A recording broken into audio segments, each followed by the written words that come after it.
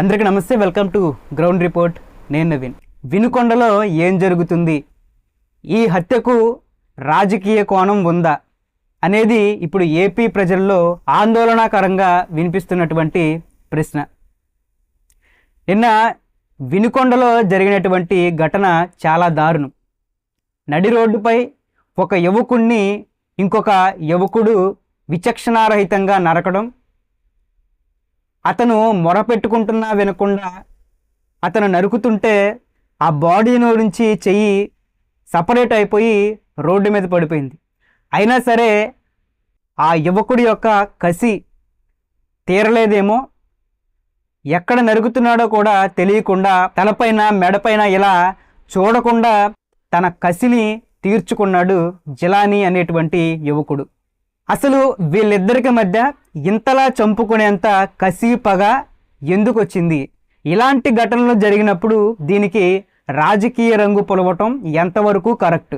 చంపినటువంటి వ్యక్తి టీడీపీ వాడే అని వైసీపీ అంటుంది.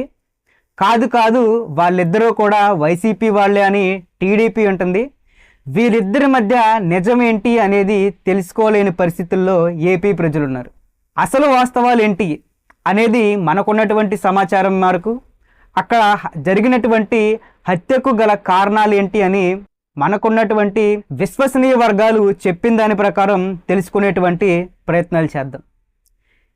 ఎవరైతే చంపబడ్డాడో రజాకు, ఎవరైతే చంపాడో నిందితుడైన జిలానీ, ఇద్దరూ కూడా ప్రాణ స్నేహితులు అనేది వాస్తవం. వీరిద్దరూ కూడా వైసీపీ పార్టీలో కీలకంగా వ్యవహరించారు. వినుకొండ వైసీపీ కీలక నేతకి ముఖ్య అనుచరులుగా కూడా ఉన్నారు ఈ ఇద్దరు ప్రాణ స్నేహితులు. అయితే వీరిద్దరికీ మధ్య గత కొంతకాలంగా క్లాషెస్ వచ్చాయి, విభేదాలు వచ్చాయి. అప్పటి నుంచి కూడా చిన్నపాటి తగాదాలు అవుతూ ఉండే. అప్పుడు వీరిద్దరూ కూడా రెండు గ్రూపులుగా విడిపోయారు. అసలు ఈ గొడవకి గల కారణం ఏంటి అంటే, రషీద్ ఎవరైతే ఉన్నాడో ఇతను జిలానీ కుటుంబ సభ్యులపై దాడికి యత్నించాడు. ఆ కారణం చేత వీరిద్దరికీ కూడా తగాదాలు ఏర్పడినటువంటి పరిస్థితి. అయితే వీరిద్దరూ రెండు గ్రూపులుగా విడిపోయారు, జిలానీ గ్రూపు, తర్వాత రజాక్ గ్రూపు. అయితే ఇక్కడ వైసీపీ ఆరోపించిన దాని ప్రకారం రజాక్ ఎవరైతే ఉన్నాడో అతను వైసీపీలోనే ఉన్నాడని, జిలానీ మాత్రం గత కొద్ది నెలల క్రితం టీడీపీలో చేరాడు కాబట్టే టీడీపీ ప్రోత్సాహంతోనే చంపాడు అని వైసీపీ పార్టీ నిరాధార ఆరోపణలు అయితే చేసింది. అయితే ఇక్కడ టీడీపీ దీన్ని కొట్టిపడేసింది. ఆ జిలానీకి మాకు ఎటువంటి సంబంధం లేదని ఆ వినుకొండలో ఉన్నటువంటి టీడీపీ నేతలే చెబుతున్నటువంటి మాట. అయితే ఇక్కడ నిందితుడు జిలానీ ఎవరైతే ఉన్నాడో ఇతను వైసీపీ పార్టీలో వినుకొండ మైనారిటీ సెల్ ముఖ్య నేతగా ఉన్నాడు. అంతేకాకుండా అక్కడ ప్రముఖ రౌడీ షీటర్ పిఎస్ ఖాన్కి ప్రధాన అనుచరుడుగా ఉన్నాడు అనేటువంటి మాటలు కూడా గట్టిగానే వినిపిస్తున్నాయి. దీనికి గట్టి ఆధారాలు కూడా లేకపోలేదు. అంతేకాకుండా జిలానీ టీడీపీలో చేరినట్టు కానీ, టీడీపీ తరపున ఆ పార్టీకి సంబంధించినటువంటి కార్యక్రమాల్లో పాల్గొన్నట్టు కానీ ఎక్కడా కూడా ఒక్క ఆధారం కూడా లేదు. అయితే ఇది ఇలా ఉంటే అసలు పోలీసుల వర్షన్ ఏంటి, పోలీసులు ఏం చెప్తున్నారు?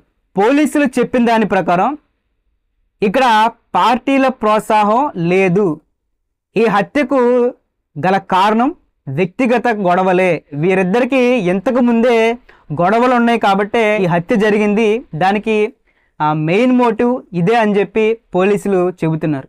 నిజానికి వినుకొండ పల్నాడు ప్రాంతంలోనే ఉన్న పల్నాడులో ఇలాంటివి సర్వసాధారణం అయినప్పటికీ కూడా వినుకొండ ఏరియాలో మాత్రం ఈ సాంప్రదాయం అక్కడ లేదు. అక్కడ టీడీపీలో ఇలాంటి నేచరు అక్కడ మునిపెన్నడూ కూడా జరగలేదు. ముఖ్యంగా అక్కడ టీడీపీ నేతల ప్రోద్బలాలు కానీ ఇలాంటివి ఎంకరేజ్ చేసేటువంటి మనుషులు కానీ అక్కడ లేరు. అందరూ కూడా ప్రశాంతంగా వెళ్దాం అనుకునే మనుషులే తప్ప ఎవరో కూడా గొడవలకి పోయేటువంటి వ్యక్తిత్వాలు వినుకొండ టీడీపీలో లేవు. అయితే ఈ వైసీపీ పార్టీ యొక్క విధానం మొదటి నుంచి చూసినట్టయితే ఎక్కడ ఏ తప్పు జరిగినా కూడా దాన్ని టీడీపీకి అంటగట్టడం, ఆ యొక్క వ్యక్తుల్ని టీడీపీలో చేరాడు, ఇతను టీడీపీ వాడే, టీడీపీ కార్యకర్త లేదా పలానా నేత అనుచరుడిగా ఉన్నాడంటూ నిరాధార ఆరోపణలు చేయటం వైసీపీ మొదటి నుంచి చేస్తున్న పని అని చెప్పి ఇప్పటికే ఆంధ్రప్రదేశ్ ప్రజల్లో తీవ్రమైనటువంటి భావన ఉంది. నిజంగా జిలానీ టీడీపీ అయితే ఒకవేళ టీడీపీలో ఉండి ఇలా మృగంలాగా ప్రవర్తించుంటే ఈ పార్టీకి ఎన్కౌంటర్ చేసేవాళ్ళు. ఎందుకంటే ఆ పార్టీలో ఉండేటువంటి నాయకులకు కానీ కార్యకర్తలు కానీ చాలా క్రమశిక్షణతో ఉంటారు. ఇలాంటి మృగాల్లాగా అసలు ప్రవర్తించదు. అలాంటి క్రమశిక్షణ గల పార్టీ ఏదైనా ఉందంటే అది తెలుగుదేశం పార్టీయే, ఇందులో ఎలాంటి డౌటు లేదు. ఏదైనా ఒక ఘటనని ఒక పార్టీకి ఆపాదించే ముందు మానవతా విలువలు అనేవి ఒకటి ఉంటాయి. వాటిని పాటించి ఇలాంటి రాజకీయాలు చేయాలి, అంతేగాని శవ రాజకీయాలు చేయకూడదు అనేది ప్రజల్లో ఇంకో వైపు నుంచి వినిపిస్తున్నటువంటి మాట. అయితే నిందితుడు ఎవరైతే ఉన్నాడో అతను బహిరంగంగా మృగంలాగా ప్రవర్తించాడు. అతను ఏ పార్టీలో ఉన్నప్పటికీ కూడా మృగంలాగా ప్రవర్తించాడు. ప్రస్తుతం ఇప్పుడున్నటువంటి హోమ్ మినిస్టర్ అనిత గారు కానీ లేకపోతే సీఎం చంద్రబాబు నాయుడు గారు కానీ ఇద్దరు కూడా ఇలాంటివి అసలు ఉపేక్షించరు, ఇలాంటివి అసలు ఎంకరేజ్ చేయరు. ఖచ్చితంగా నిందితుడికి త్వరలోనే సరైనటువంటి శిక్ష పడుతుంది. కానీ ఇలాంటి ఘటనలు జరిగినప్పుడు దాని యొక్క మోటివ్ ఏంటి, అక్కడ జరిగినటువంటి వాస్తవాలు ఏంటో చూడాలే తప్ప దానికి రాజకీయ రంగు పులిమి ఆ పార్టీకి ఆపాదించడం అనేది చాలా పెద్ద తప్పు, అది ఏ పార్టీ అయినా.